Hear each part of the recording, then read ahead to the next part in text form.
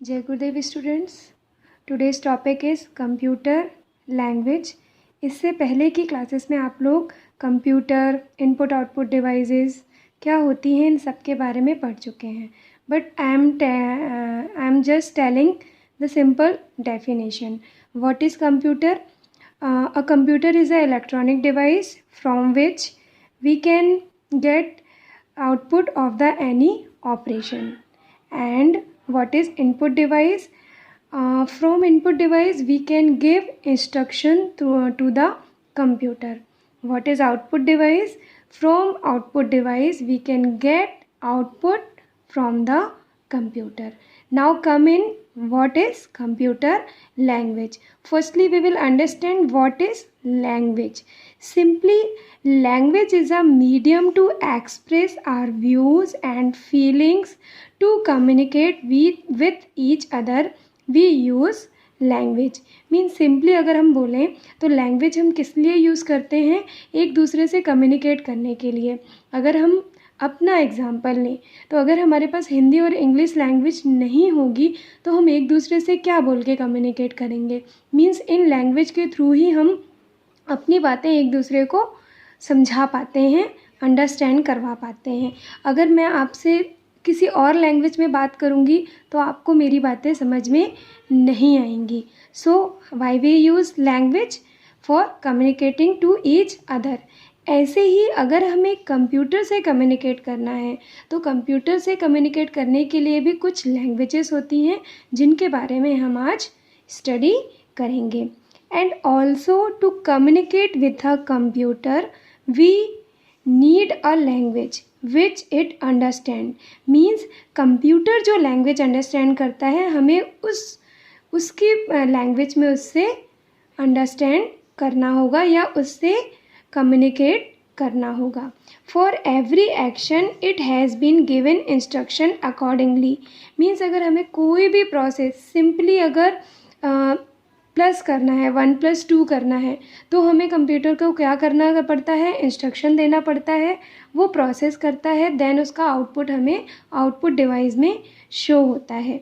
सो हम उसको आउटपुट देते हैं तो वो हमारी बातों को किस लैंग्वेज में अंडरस्टैंड करता है, वो लैंग्वेज क्या होती है? कंप्यूटर लैंग्वेज, जिसके बारे में हम आगे पढ़ेंगे। नाउ सिंपली कुछ टर्म्स हैं कंप्यूटर की जो हमें अंडरस्टैंड करना है। First is programme, second is programming, third is programmers and the fourth one is types of computer language. From fourth point we will understand computer languages. Firstly, program. A program is a set of instruction which tells the computer what to do. मतलब ये instruction का combination होता है जिसके through हमें computer को बताना होता है कि उसे कौन सी टास्क परफॉर्म करनी है। Then what is programming? The process of writing specific instruction in a computer language is called programming. अब अगर हम कोई इंस्ट्रक्शन लिख रहे हैं तो अगर हमें लिखने को दिया जाएगा तो या तो हम हिंदी लैंग्वेज में लिखेंगे या इंग्लिश लैंग्वेज में लिखेंगे। लेकिन अगर हम वही इंस्ट्रक्शन कंप्यूटर के फॉर्म में, कंप्यूटर लैंग्वेज के फॉर्म में लिख रहे हैं, then that is called programming. Then what is programmer? The people who do just this job are called programmers. Means जो लोग प्रोग्रामिंग राइट करते हैं they are called programmers. Now come in, what is computer language? The computer language can be classified into 4 categories. Number 1 is machine language, number 2 is assembly language, number 3 high level language, and the last one number 4 fourth generation language, जो language अभी हम computer में use कर रहे हैं। Then come in number 1 machine language. It is the only language that a computer understand. Means कितनी भी हम लैंग्वेज रीड कर लें या इन्वेंटेड हो जाएं, बट कंप्यूटर बेसिकली किस लैंग्वेज को रीड करता है? मशीन लैंग्वेज को। और ये लैंग्वेज किस फॉर्म में एक्सप्रेस्ड की जाती है? Binary form. और बाइनरी फॉर्म होता क्या है? 0 and 1 का कोड। मीन्स अगर हमें कंप्यूटर के फॉर्म में यस लिखना है तो वो भी हमें किस में लिखना पड़ेगा? 0 and 1 की कोडिंग में। That is called binary form या मशीन लैंग्वेज या मशीन कोड। और 0 and 1 के कोड को हम क्या करेंगे? मशीन कोड भी बोल सकते हैं। Then what is the meaning of 0 and 1? तो 0 की मीनिंग होती है ऑफ स्टेट एंड 1 की मीनिंग होती है on state.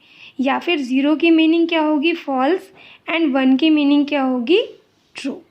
Then some advantages of machine language is, number 1 is very high speed. इसकी स्पीड बहुत फास्ट होती है और ये किसी भी इंफॉर्मेशन को स्टोर करने के लिए बहुत ही लो मेमोरी स्पेस लेता है, मतलब वेरी लो मेमोरी स्पेस।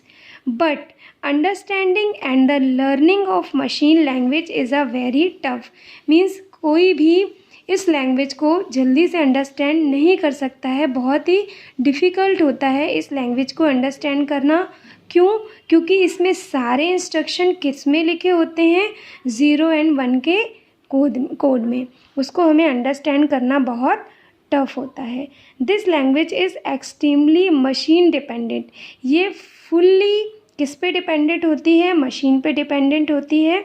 और जो मशीन लैंग्वेज के प्रोग्राम होते हैं वो कंप्यूटर या तो किसी भी कंप्यूटर में, या तो जैसे सिंपल हमने वन कंप्यूटर में मशीन कोड लिखा तो ये ज़रूरी नहीं है कि वो दूसरे कंप्यूटर में भी रन हो या ना हो। So this is low level language. इसको हम क्या बोलेंगे?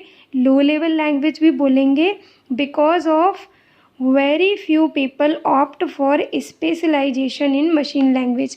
मीन्स बहुत कम ही लोगों को मशीन लैंग्वेज समझ में आती है, वो स्पेशलाइज्ड होते हैं मशीन लैंग्वेज में।